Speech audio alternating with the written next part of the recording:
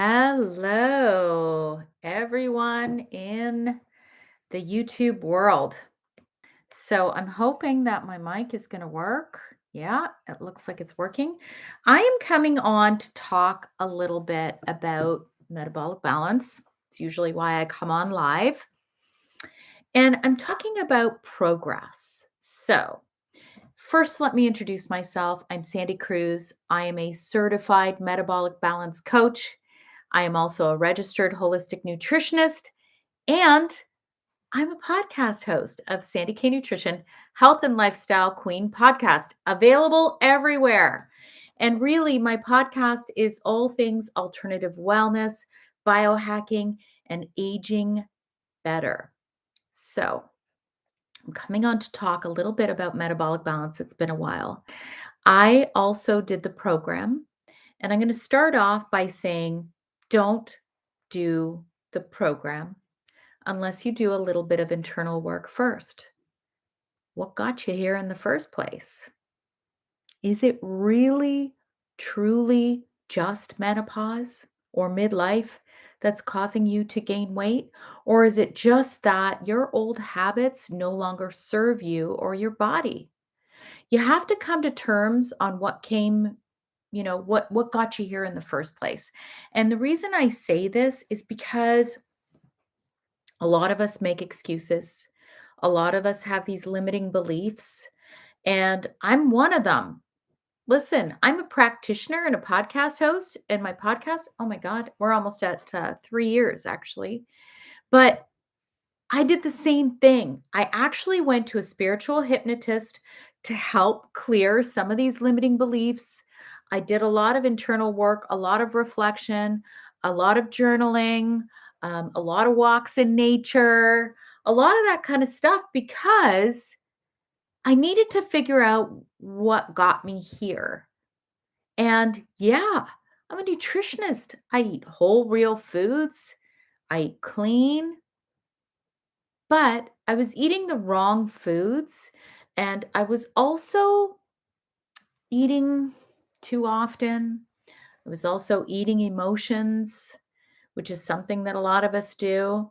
And so I feel when you start, before you start a program like this, to do a little bit of internal reflection is always going to make you more successful. So I became certified in as a functional metabolic balance coach. And then I did the program myself in November. And boy, it all the weight, the fat, it literally just fell off me. And I actually have my newest study. So I only did it for the 4 weeks in November. Okay. So I did the first 2 days are the cleanse part. It's really, really important as a part of the program that you do a 2 day cleanse. It's taking magnesium citrate, it's pooping multiple times a day. But what that does is it prepares you for the program, for your meal plan that's created for you through blood work, your own blood work. Okay. So, and people ask, well, what does this blood work show? Well, it provides you with what's going on, with your cholesterol. It doesn't provide you with it. It provides the algorithm for metabolic balance to provide you with a meal plan customized for you and your blood work. So it checks cholesterol, it checks a bunch of other markers, including your glucose. It checks your inflammation markers. It checks your enzymes, all of these things. And then it provides you with a meal plan based on your goals, your blood work, and then also, if you have limitations, allergies, things like that. So that's how it works. First 2 days of the program, you're on that cleanse and you're pooping. And what that does is it really helps to eliminate your body, eliminate the cravings, and it prepares your body just so that you're not as hungry. It's really important. So I did the 2 days. I did 2 weeks strict on the plan. And during the first 2 weeks of the plan, they do not want you to exercise. Go for nice, gentle walks. Sure. Don't go to the gym and don't do heavy cardio. Don't do any of that because that will impede your progress. Okay. For the first 2 weeks. Then also, you're not going to have any oils in the first 2 weeks. The food that you're going to get has its own fat, but they don't want you to have additional fats except for the ones that are in your food. So they're not fat phobic, trust me, people. And it's also not low carb. So, for example, one of the breakfasts that I had happened to be buffalo yogurt, which is super high fat and with nuts. Again, high fat. They just don't want you to go and, let's say cook your chicken in a bunch of extra oil. The reason they do that is it helps with um, lipid signaling in the body, right? So, um, people who are on this might be on this for many different reasons. And the biggest thing that I would say for you to know if this is right for you is, has your midsection gotten bigger? Have you noticed a bigger belly? Have you noticed that your waist to hip ratio has gotten really poor? So, waist divided by hip will give you a ratio. You want to be under 0.85. Okay. And this is really about body composition because there are many risks when our waist gets big, right? Like one of them is heart disease and visceral fat surrounding your organs. So those that's the main reason why you want to do a program like this. Okay? Has your midsection gotten bigger? Has your weight gotten away from you? Do you want a program that's yours for life? Do you want to have something that you can always fall back on and go back to the initial phases and do it again if you needed to? Now, I'm going to talk to you about my situation. So, from November 1st to the end of November, I actually did all 4 phases. There's 4 phases. There's a maintenance, there's phase 1, phase 2, and then there's just reintroducing everything back. So, I reached my first goal in that first month. I didn't have a ton to lose, but I mean, it was I was pretty happy. And then I had to go through Christmas. I had to go through New Year's. I had to go through my birthday. And guess what's insane, you guys? I'm still losing about half of a pound a week. And I'm not on a diet, but I have adopted certain really critical rules. I'll tell you the rules that I live by every day and I don't feel constriction. Okay. Number one, I eat only 3 meals a day. Okay. If I want dessert, I eat dessert right at the end of my meal, as opposed to waiting 2 hours and going and eating dessert. Okay. I always start every meal with 2 bites of protein. So here's an example I gave today, actually. A lot of times I'll make eggs and I will just do like a quick scramble. And then I have these really high fiber, lower carb um, wraps that I love. Well, I actually I actually was like, "Huh, how do I do this? Do I go and eat the eggs first and then like have 2 bites and then have the wrap?" Because the bread and the eggs are together, right? So you're not really separating the protein from the carbohydrate. So what I'll do is I'll make a wrap out of it. I'll add in a bunch of greens and there's a really nutritious lunch for me. So what I'll do is I'll have a couple of nuts beforehand and there's my protein. Why protein before? Not carbohydrates. You want protein. And the reason you want protein is going to give you that buffer for that glucose spike. Bottom line, there's enough research out there for you to check that yourself, but that's why you want to always have a couple of bites of protein first. So I try and follow the rule of mixing up my proteins, meaning, maybe for breakfast, I'll have yogurt. For lunch, maybe I'll have eggs. And then for dinner, I'll have meat of some sort or poultry or whatever.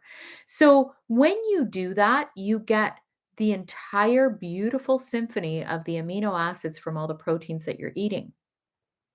right? The other thing is when you're mixing proteins. So today, for example, if I had that egg scramble, let's say I wanted to add a bunch of cheese. Well, you're mixing two different proteins there, and your body will only absorb the lowest amino acid protein profile of whichever protein you're eating. You understand what I'm saying? And then whatever is left over, so there's going to be a bit of a leftover between, let's say the, let's say you have cheese with the eggs, and let's say the profile, amino acid profile for the eggs are here. And I'm just totally making this as simple as possible. And then the cheese is here.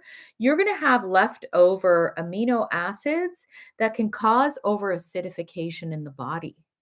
And then guess what that does? That can actually cause you to, for you to slow your metabolism. Your metabolism has to work harder in order to digest these two different types of proteins. So I try not to mix my proteins when I eat. It's just great. Like having 1 or 2 nuts is not a big deal. You know, if I'm eating like 2 nuts beforehand and then having eggs, not a big deal. But I'm talking about people who will have multiple different types of protein in one meal. And here's the other thing. I recorded with a physician on this. He was talking about how when we protein load, we we need protein to build muscle as we age. Really, really important. However, if you're protein loading and over the age of 60, that's hard work on your kidneys. So, you know, it's kind of like you're damned if you do, you're damned if you don't. You need the protein, but you don't want too much. And how many are you mixing? And is there an over acidification going on in your body? It gets super, super scientifically complex. So, make it simple. So those are the things that I do. And now I'm going to give you my results. And we are now February 14th. Happy Valentine's Day for those of you who celebrate. So hang on a second.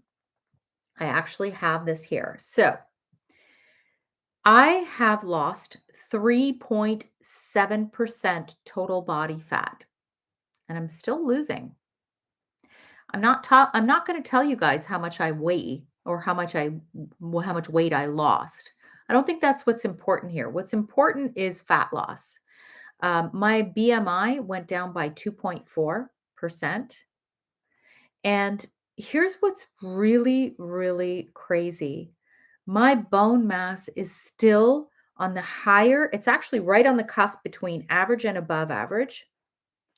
My muscle mass is actually high. It's actually high, you guys. I never lost any muscle during this. Okay.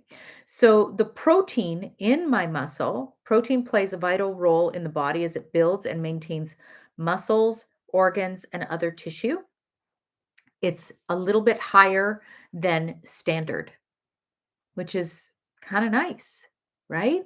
So those are my stats. I thought I would share. Oh, and by the way, my visceral fat was actually high when I started, and now I'm in the green. So I'm now in an acceptable range. And if you're wondering what scale I use, it's called a Renpho scale.